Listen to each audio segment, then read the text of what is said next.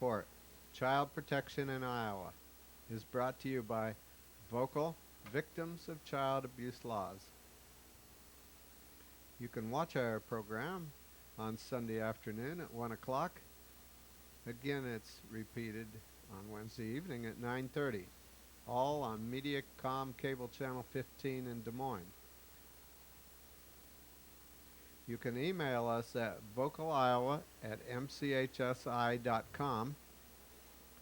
My phone number is 515-276-3956, and John's number is 515-282-2672. My name is Don Burgmaier, and with me at the controls is my co-host, John Harvey, and welcome to the CPI report. CPI simply stands for Child Protection in Iowa, and it's those kinds of issues that we have some concern, and we attempt to follow the policy, follow the laws, and influence the policy regarding child protection issues. We believe that child protection in Iowa is a necessary effort. We believe also that it, if overdone, can harm families. And what we've seen in Iowa is harming families. It's a shame that we have to tolerate the harm in order to protect families. But sometimes bureaucrats get overeager. One of the things that is extremely harmful in Iowa is called a child abuse registry. Do you remember when you were in fourth grade and you misbehaved, and they said you were going to get sent to the principal's office, and that would go on your record? So we've been kind of creatures that don't want bad things written on records, nor do we want records kept which could be corrupted by mean old principals or whoever. And in our adult life, those things are called child abuse records. In other states, they even keep track of accusations. So even if you've been accused, they like to keep track of the fact that you have been accused. Where in the world do we find such a judicial system that honors such concepts as guilty until proven innocent? You know, it's a time-honored tradition in our country, judicial tradition, that we are innocent until proven guilty. In our country, for some reason, just the opposite seems to be true, that we are guilty until proven innocent, and then we bear watching. And that's what's happening around our nation. One of the good things that's happened in just a few years back here happened in Colorado. A controversial list of supposed child abusers has seen its last days, according to reporter Julie Jargon. The state has finally burned its little black book of accused child abusers, and for more than 30 years, the Colorado Department of Human Services has been keeping a list of people who may have abused or neglected a child. Not people who were convicted or even charged with committing such a crime, just people who social workers believe might have. And that's the case in Iowa. The only reason that a person would be on the child abuse registry is because a social worker decided that they belonged on the registry. There is no other necessity in place nor defense before a person is accused and a report written on that person and that person's name together with the name of the so-called victim is on the child abuse registry. Don? can you quote, I can't do it, but can you quote the names of the abuse reports, types of abuse reports that people find themselves on, confirmed abuse report, things like that? Can you, here in Iowa, You mean the levels, or what's your question? what the abuse report itself is called when they receive a paper in the mail saying they're on the registry? I know there's two or three different types anyway that they've got now. Now it's called an assessment. Correct. It used to be an investigation. Now it's called an assessment because an assessment has a little kinder term about it. It's still an investigation. It's still a report of an investigation by an investigator. And so no matter what they call it, it turns out to be the same. Now, as far as the types of abuse reports, the one in greater number is the one called neglect or denial of critical care. And that requires citation of something that a child is being deprived that the statute considers to be necessary in the life of the child. For instance, medical care. We can't deny a child medical care without neglecting the child. We can't deny the child proper clothes. That doesn't mean Nike shoes, but clothes to keep feet warm, winter coats when necessary. So the child deserves warm clothing, and the law requires attention be given to that element. Housing, food, medical care, those are the kinds of things that they look at to see if they're in place, then the child is not deprived those things. That is the larger number of abuse cases. Other cases fall into a much broader category than that, and that is supervision.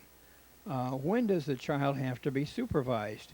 You know, a 3-year-old that plays 3 blocks from home in a dangerous neighborhood, is that proper supervision? Well, if the worker believes that your 14-year-old needs supervision while he's playing ball 6 blocks away, then that can become a child abuse report. Well, the reason why there are a large number of neglect cases is because there's a loose way of defining what neglect or denial of critical care really is. Denial of critical care is fairly simple to define because there are certain critical needs that the kids have. But they love to find you guilty of denial of critical care on supervision, for an example. That if you didn't have a babysitter who was that they considered to be old enough, if a babysitter had to sit with 3 children and was 14 years old, is that old enough? Well, seemed like to me if opinions differ, and if the ability of the 14-year-old differs, and the 14-year-old's done that for 2 years, you know, and knows where to get supplemental support in case of real danger. It seemed like to me a 14-year-old should be able to babysit. How about a 12-year-old? How about a responsible 11-year-old? Could an 11-year-old babysit?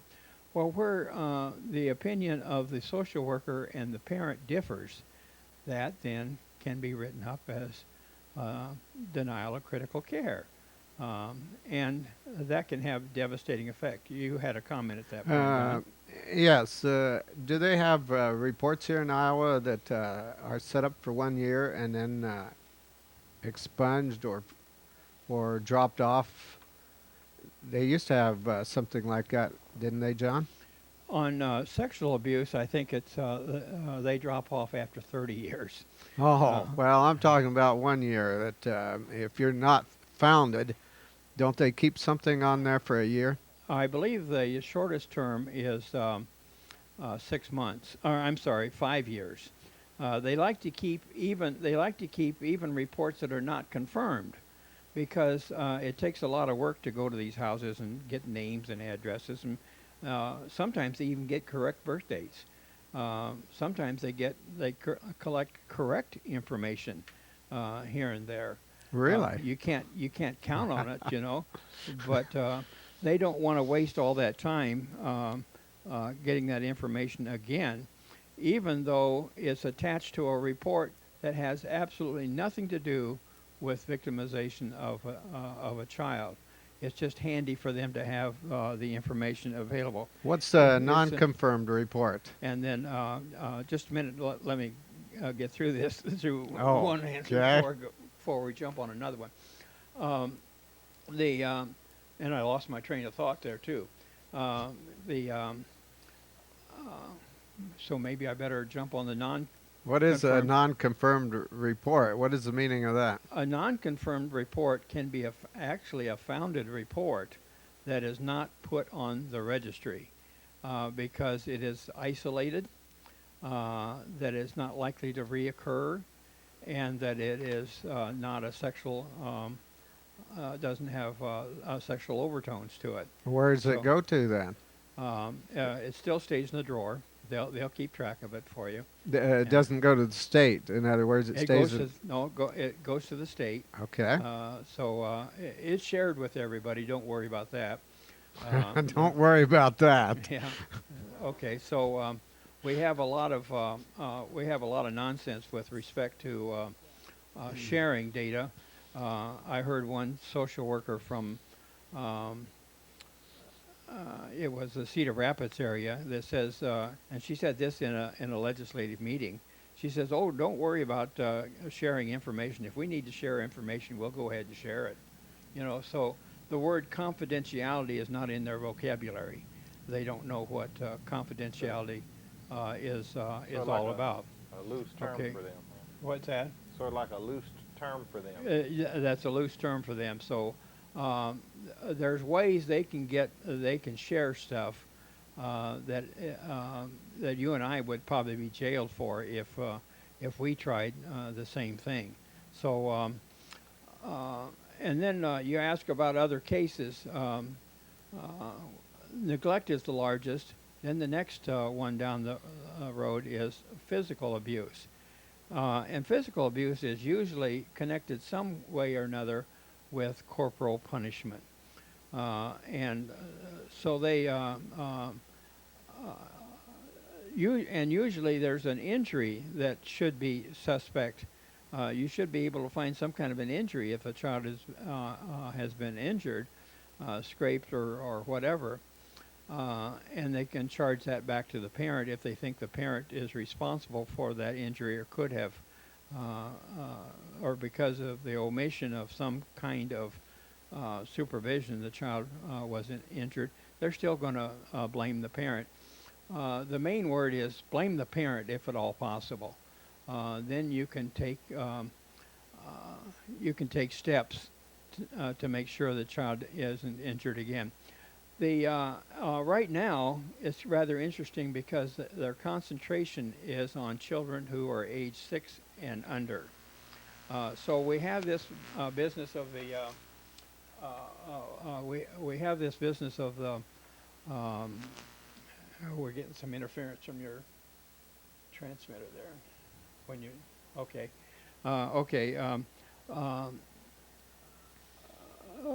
it's probably a good concept to concentrate on these kids that are 6 and under, but I see one big problem. Scratches and bruises and scrapes and scars and everything else go together with children. Like Abbott and Costello, they're just paired off. Children will get bumps. Children will get scratched by the cats. Children will come into injuries of one kind or another from the time they begin walking and they fall over and hit their head on the coffee table. So I don't know why they want to put the parents into a suspect position every time a child is harmed. Now, one of the smaller of the cases is called child sexual abuse, and that primarily requires the same kind of evidence that you would have on the criminal side.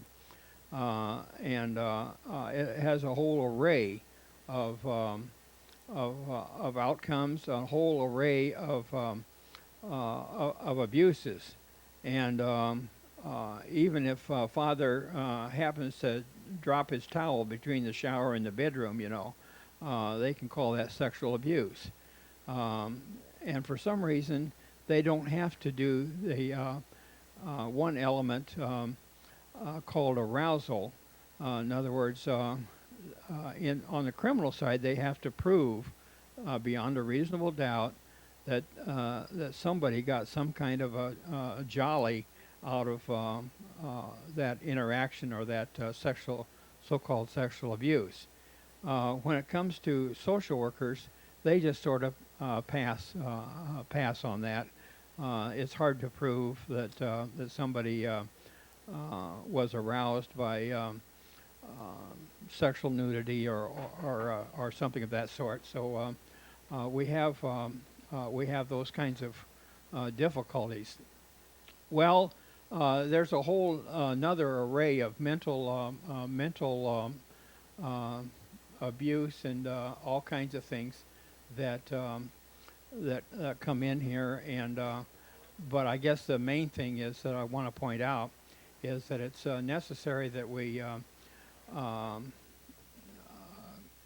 attempt to direct policy to protecting children from real abuse, and protect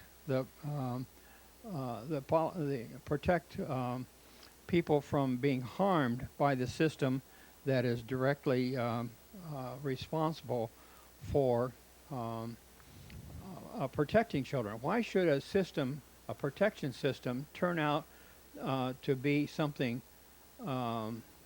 abusive and intrusive to parents? It shouldn't, and our system is indeed. Well, let's see. For more than 30 years, the Colorado Department of Human Services has been keeping a list of people who may have abused or neglected a child. Not many people, not people who were just convicted or even charged with committing such a crime, just people who social workers believe might have. So we got to keep track of all these people. And for some reason that child abuse registry is so revered, even though the accuracy of it is more than just suspect. The accuracy of it is miserable. State legislators created the Central Registry of Child Protection in 1969 to be a one-stop shop for information on child abusers. Police officers and doctors and caseworkers could use it to monitor abusers as they move from one county to another. In 1992, the child care employers were granted access to the registry to determine whether a prospective employee was listed. Well, see, that's kind of cruel, because you could be listed on the registry simply because you were a parent or you were married to a parent who was charged, and then they come back and say, well, you could have done something about that to have prevented that as well. So you couldn't be a daycare worker. For an example, if a foster care parent was on the list for neglect or non-sexual assault, she wouldn't be able to get off of it, and it would be unable to foster a parent or adopt a child until her alleged victim's 28th birthday. People accused of sexually abusing a child were to remain on the list forever. See, that's ridiculous. Absolutely ridiculous. No fact-finding, no hearing, but simply placed on the registry forever. And it haunts you for life then. Sure can.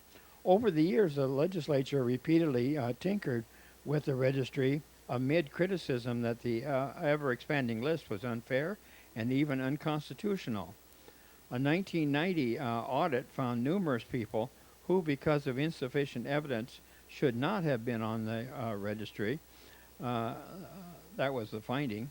Some files contained discrepancies in the alleged offenders' identities. Some misspelled the person's name, or well, that probably would be good, because when they put their name in to the registry, they couldn't find it, right?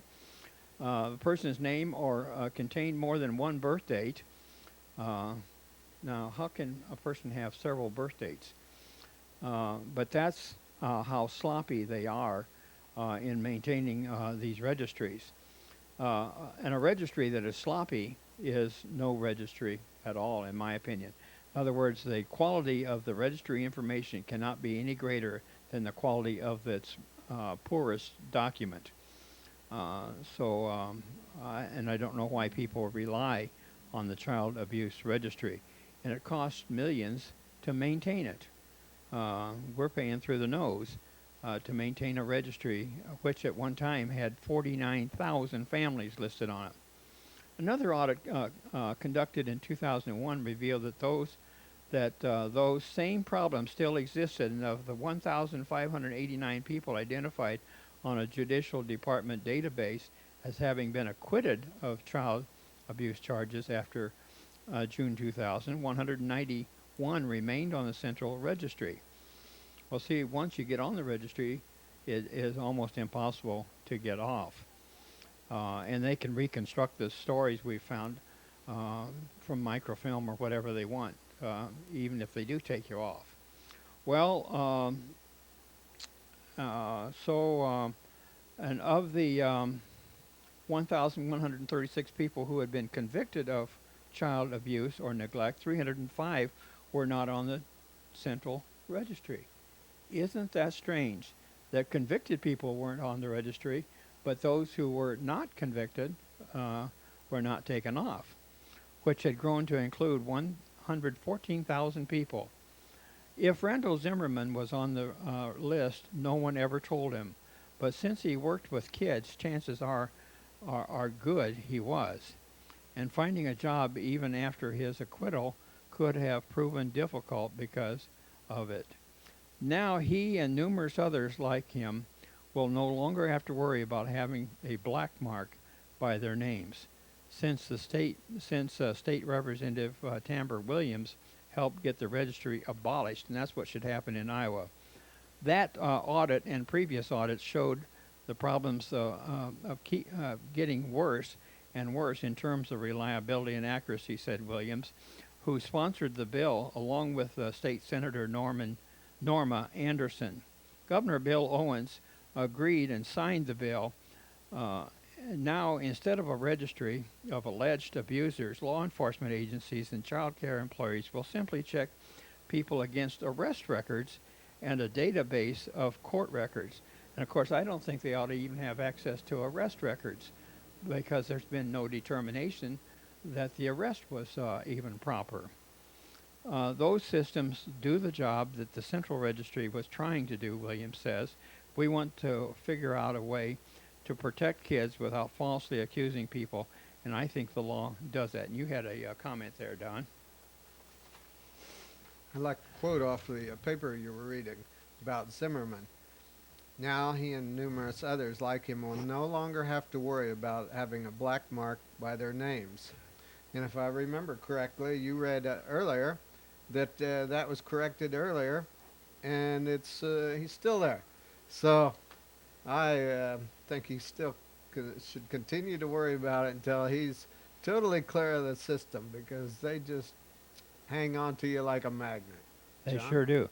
Okay, we have had the privilege over the last several weeks of consulting with a gentleman who likes to look into court cases and likes to look into the system, which is part of keeping track or part of protecting families from the onslaught of an agency. Terrance Walker has done a tremendous job of seeking out information from time to time in courtrooms, looking at judges and looking at the system, and pointing out some of the ineffective ways that our system operates. Let's now turn to what he might say on today's program, Terrance Walker. All right. Thank you, John. Boy, you just really built me up, didn't you? I don't know if I can live up to those expectations.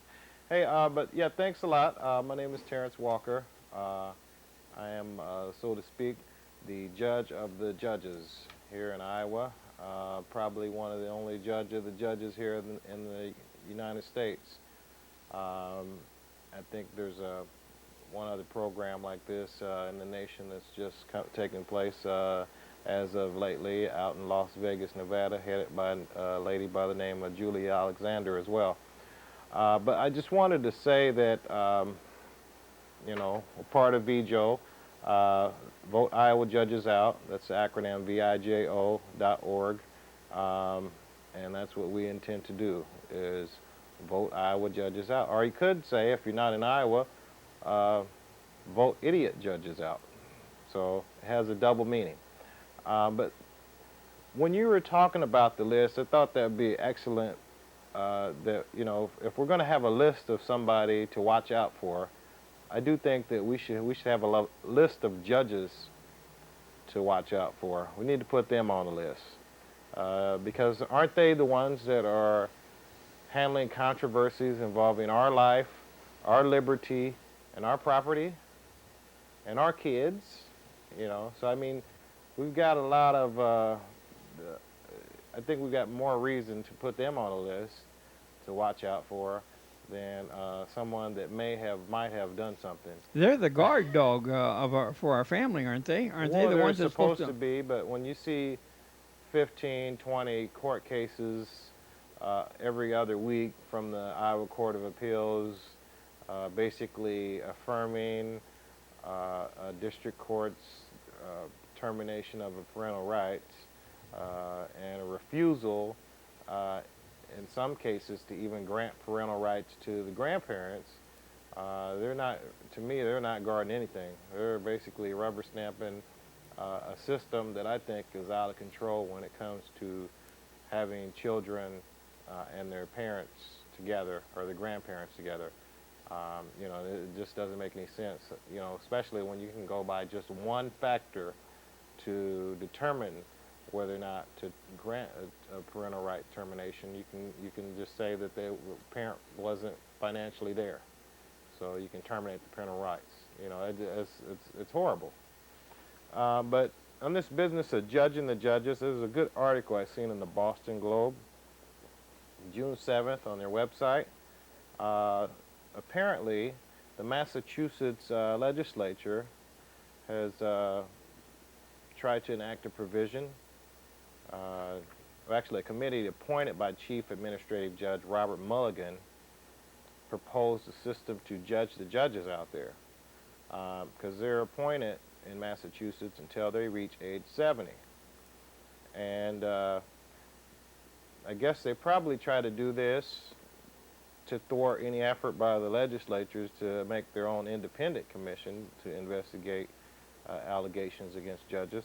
But the recommendations supposedly offer guidance to the chief justices who oversee the 7 divisions of the state's courts, and they grant authority to an ad hoc committee to make recommendations, and then, you know, basically it's going to be just like the one system that we have here in Iowa, with a little bit of differences.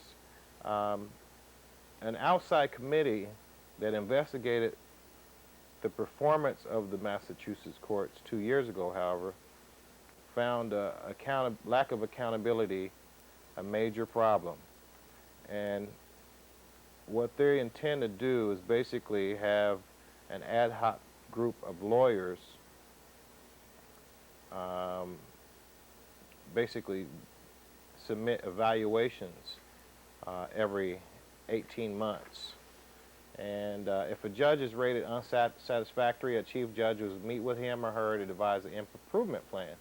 and justices will conduct a 6-month review to ensure compliance with the remedies, which might include written advice, an education program, or mentoring by another judge. So there's been, I guess after this was proposed, there's been like a huge uproar of what do you want to say? Like there's a big uproar, controversy about it. The judges supposedly did not like it, the whole idea. But you know, in any job situation or any situation where you have problems and you have teams to resolve problems and you have teams working toward a common goal, don't you have a system put in place where if a team member gets out of whack, that you could discuss it and come together and provide more education and mentoring for them, you know, and the whole, it seems to me that in the judiciary shouldn't be any different. Don't they provide celebrations for judges that do those kind of things? Well, I think what they do is they just grant basically a rubber stamp for anything that the judges do with what they call the Iowa Judicial Qualification Commission here in Iowa, because they have removed, I can count on my hand how many judges they've removed over 30-something years that they've been in place.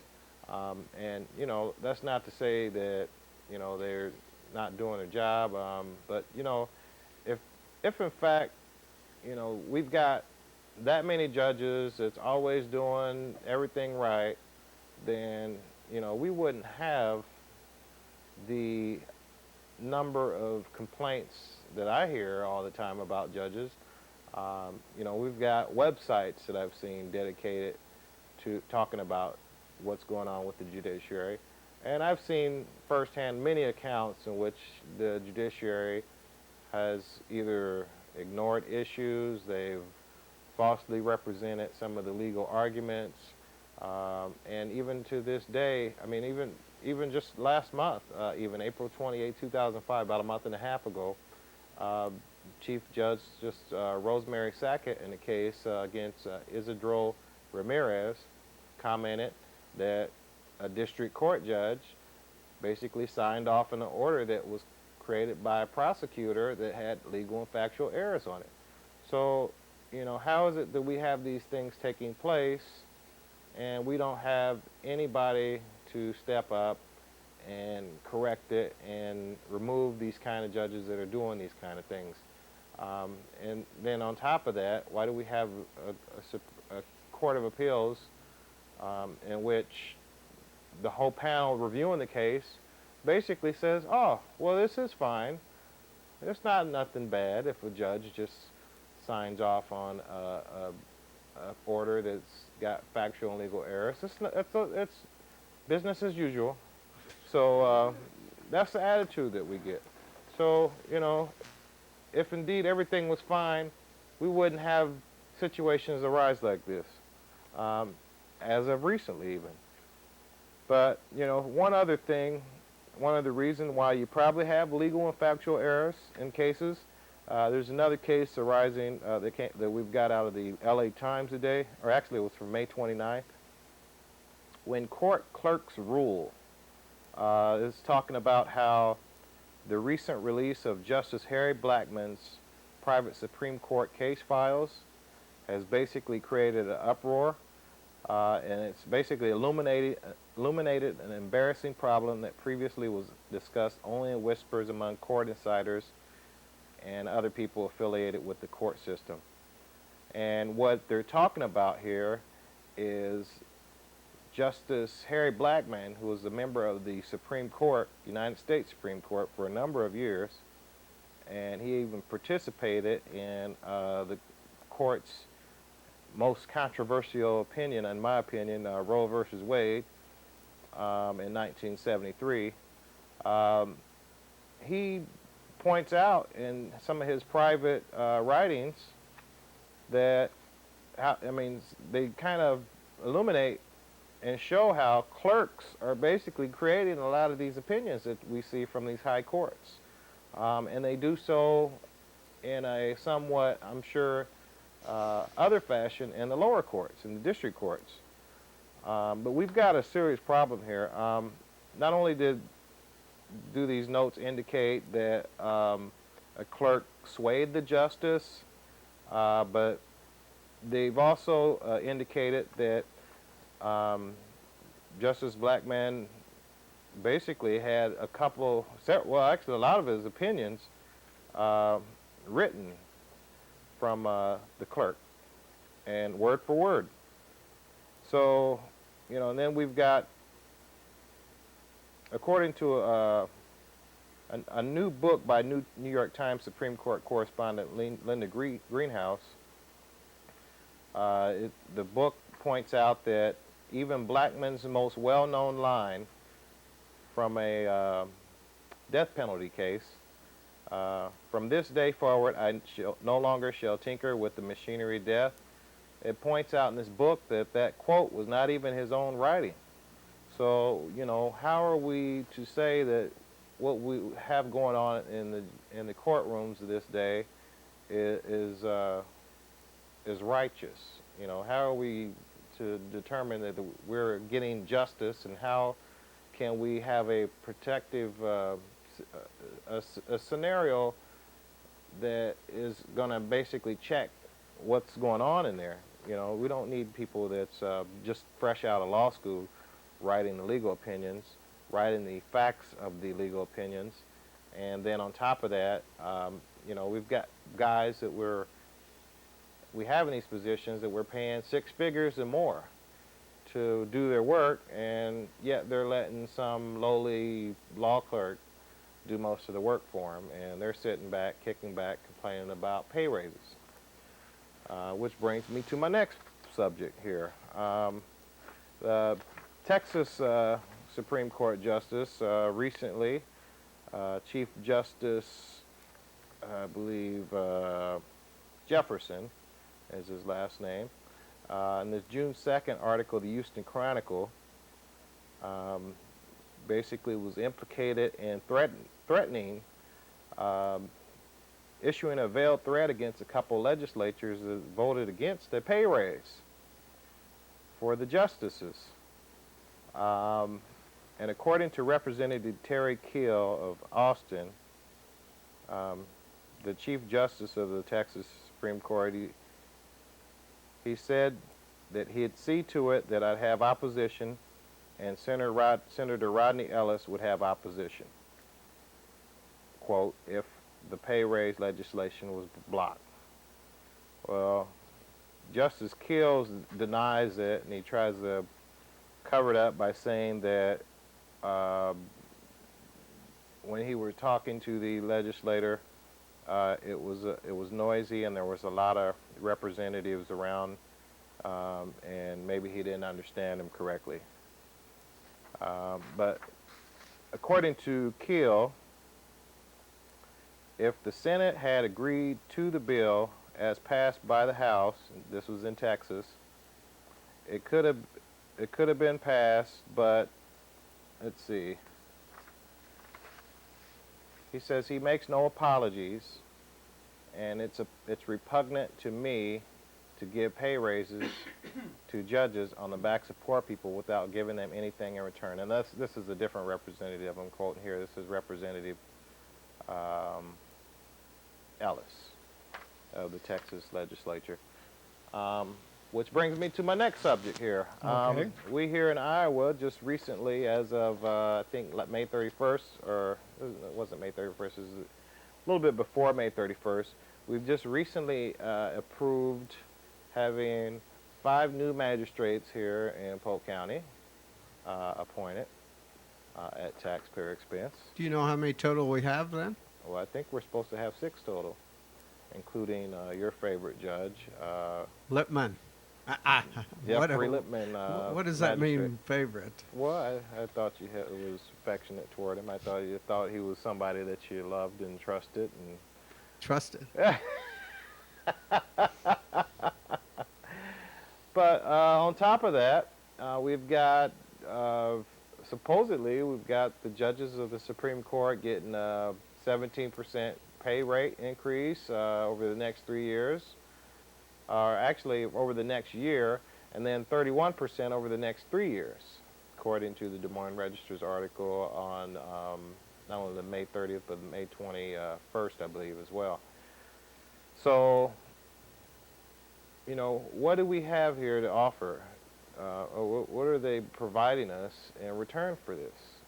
You know, they're doing this on the backs of poor people. And, you know, we just recently found out there's been a big uproar about that here in Des Moines, but we're closing 5 elementary schools. We're going to close 5 elementary schools, and in return for our taxpayer dollars, we're going to get 5 new magistrates. Well, I don't think that's a fair trade, and it shouldn't be done on the back of our kids.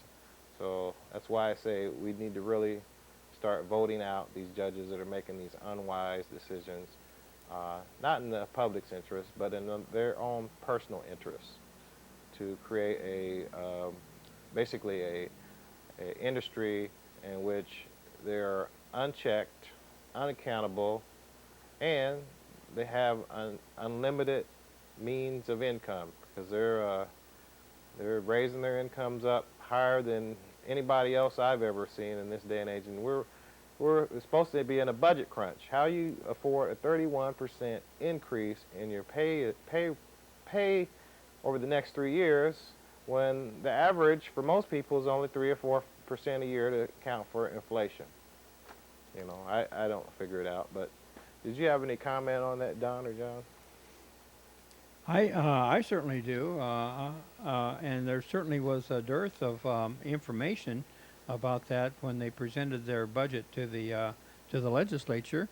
They were very quiet, weren't they, about any pay increases as being a part of that package of legislation they wanted, where they Left that totally out, didn't they? yeah, totally secret, because they knew that the peasants would not approve.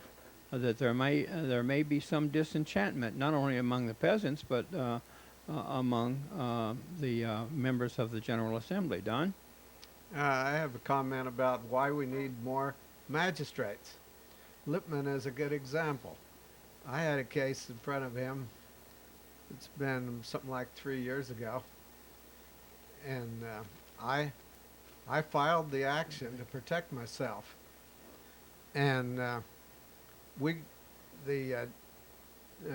date and time of the hearing comes up. I think it was 3 o'clock in the afternoon.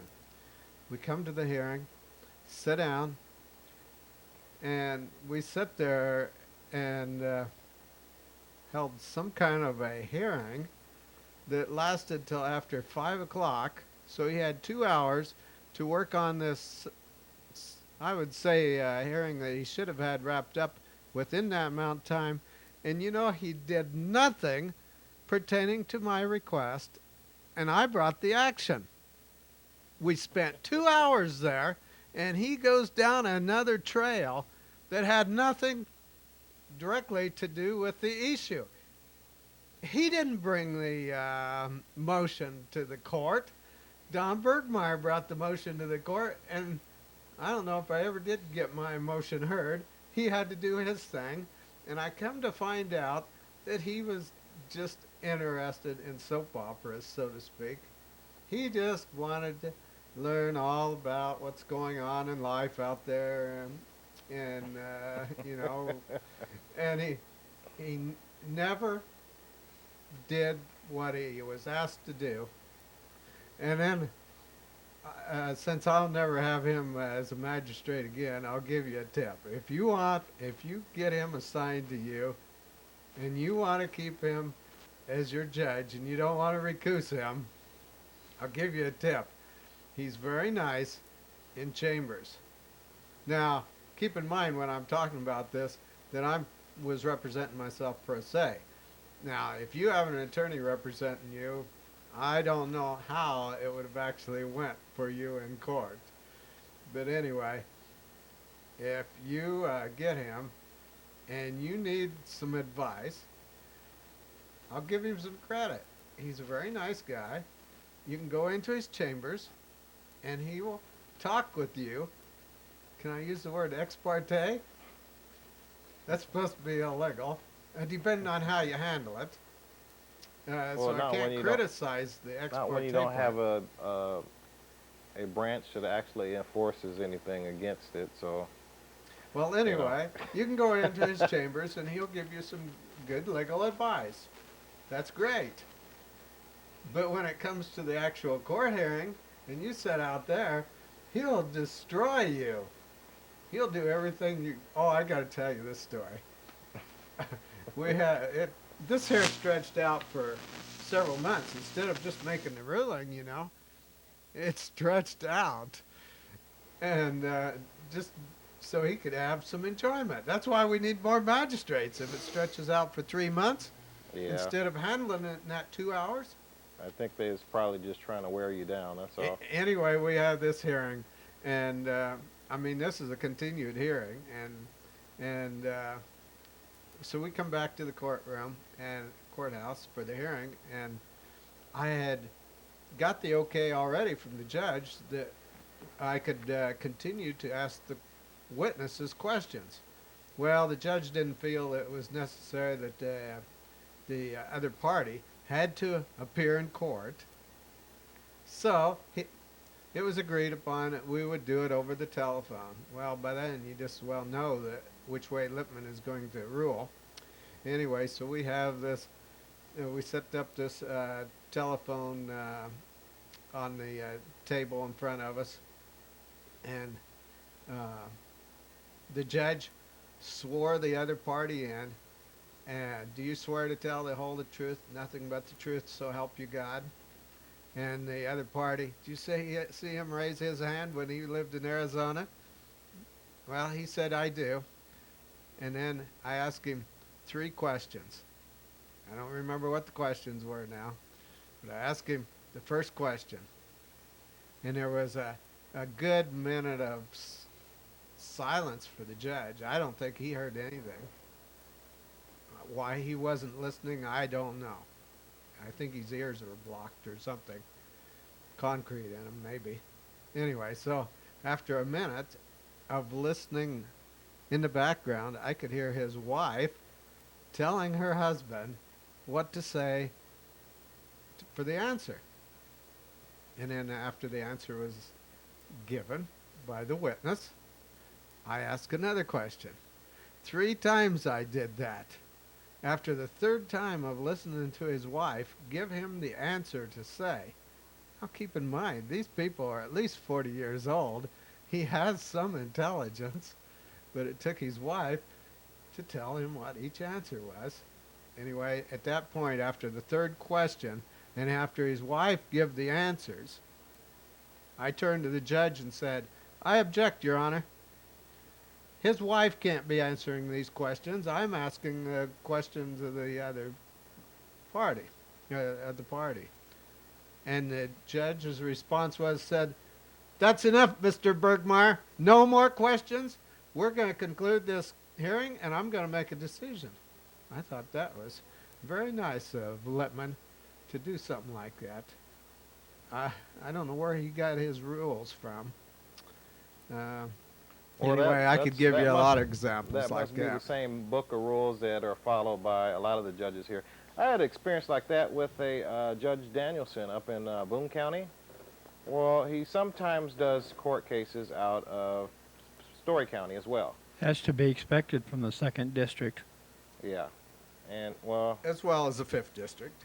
yeah, and a second-rate judge at that. So, I will say this: I had a termination of child support case pending in front of this guy, and do you know that this guy, I'm telling him the story of how the Native Americans were brought here, the Native Americans were put on reservations, the Native Americans do have they have a separate system in which they have a separate territory, which related to my case because my son is half Native American and his mother resides on a tribal reservation.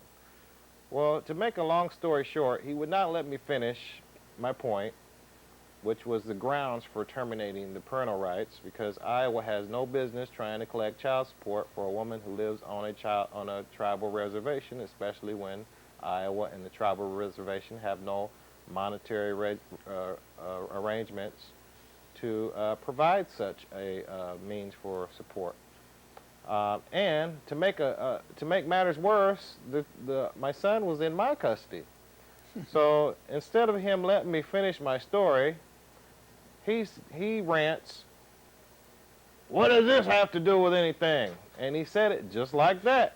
So I said, "It's the truth." He stormed out of the courtroom, turned red, and that was the end of the case. And you know, you don't conclude a hearing by a snotty acting judge. The hearing concludes when all the facts, the arguments, and the legal points have been raised and are set for consideration.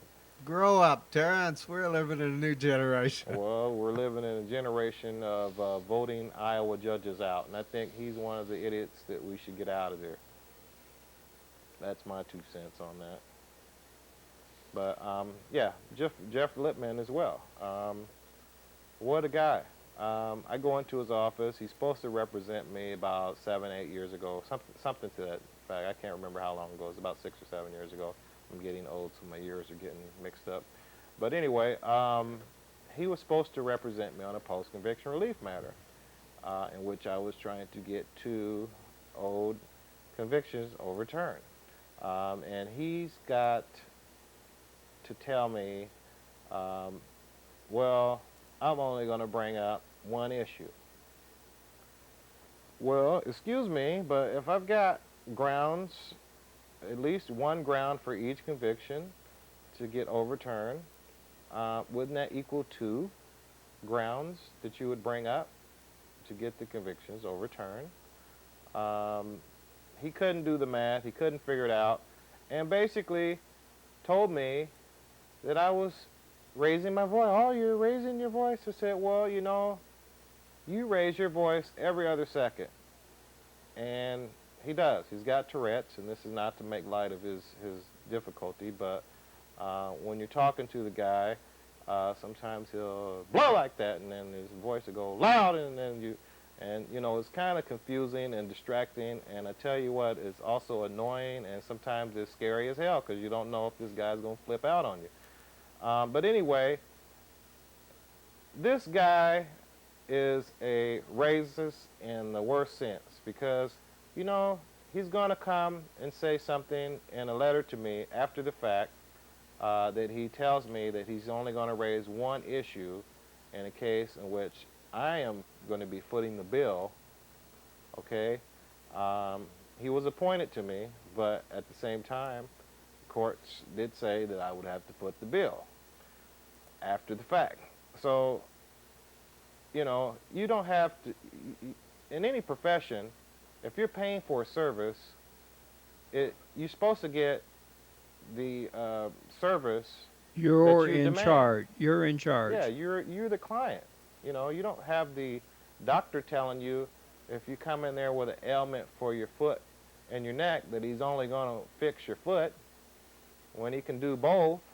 You know, this is the insanity of the situation. Or some of them will cut your arm off. What's Yeah. that got to do with Well, your foot? This is the analogy, and I guess you could say he cut my foot off, because he sit there and he told me, "Well, you're threatening, and your threatening voices is getting loud," and I had made no threat to the man whatsoever. I said, "Well, you know, since I'm the client, I think I should have 2 issues raised, and you know, 1 is just not going to do." And only thing that I told him was that a bar association would hear about it if I didn't get my issues raised up. Well, I'm sorry, but when you say the word threat, and you're talking about a physical threat and threatening, that has no relationship to a threat to file something to the bar association. Correct. Which is what exactly I did. but you know he's going to use that as a political expedient to get out of the case and to not do his job. So that's my comments on Jeffrey Lippman. I think he's a Dr. Jekyll and Mr. Hyde. Well, I know he is a Dr. Jekyll, Mr. Hyde, and he flips out every 7, 8 seconds, it seems like. Terrance, there's been a number of police shootings. Law enforcement seems to grab for that gun, and they seem to say that they were provoked by someone pulling something out of their belt. Recently, that occurred near the courthouse. Are there any judicial concerns or any jurisdictional concerns when you viewed the story of a young man who was assassinated by a deputy officer of the Polk County Court? Well, I guess I would say this. I did review that case, and if you're talking about the individual shot outside the Polk County Courthouse yesterday, which was June 8th, I believe, this year, I do think it was troubling that the individual was being approached in the first place since he was supposedly painting his own truck and jumping on his own truck. You know, I could see cause for concern for someone approaching him. I mean, to approach him, but you know, if it's his truck, he can paint it and jump on up and down it all he wants, I guess. But I will say this in the deputy's defense: if a guy pulled a fake gun up at me and I had a weapon, I'd probably shoot him too. But I don't know. That's just me. I know you're not a fan of the courthouse security down there at Polk County. Absolutely not. Don, up on the studio bulletin board here, you have a name. Why would we talk about this name on the vocal program, particularly in a vocal program that talks about the registry? Oh, like we were talking about it in the beginning of the program, about the abuse reports that you get. You should be asking for expungement of them, and this person is in charge of that. And you contact her, and she should, that's her responsibility, set the wheels in motion to get the report expunged. And the best way, so first step I recommend is just to go to the internet, and this is the simplest one, snipurl.com/9FAR, and it'll bring up the appeal form on the internet. DHS also has more information on their website, so if you go into their website, you can read all about your rights to appeal the decision. But this is a form, and you can bring it up, fill in the simple information, and send it right back off the internet. And within a few days, you should be getting a written letter from Rhoda Harris saying that she set the ball in See you next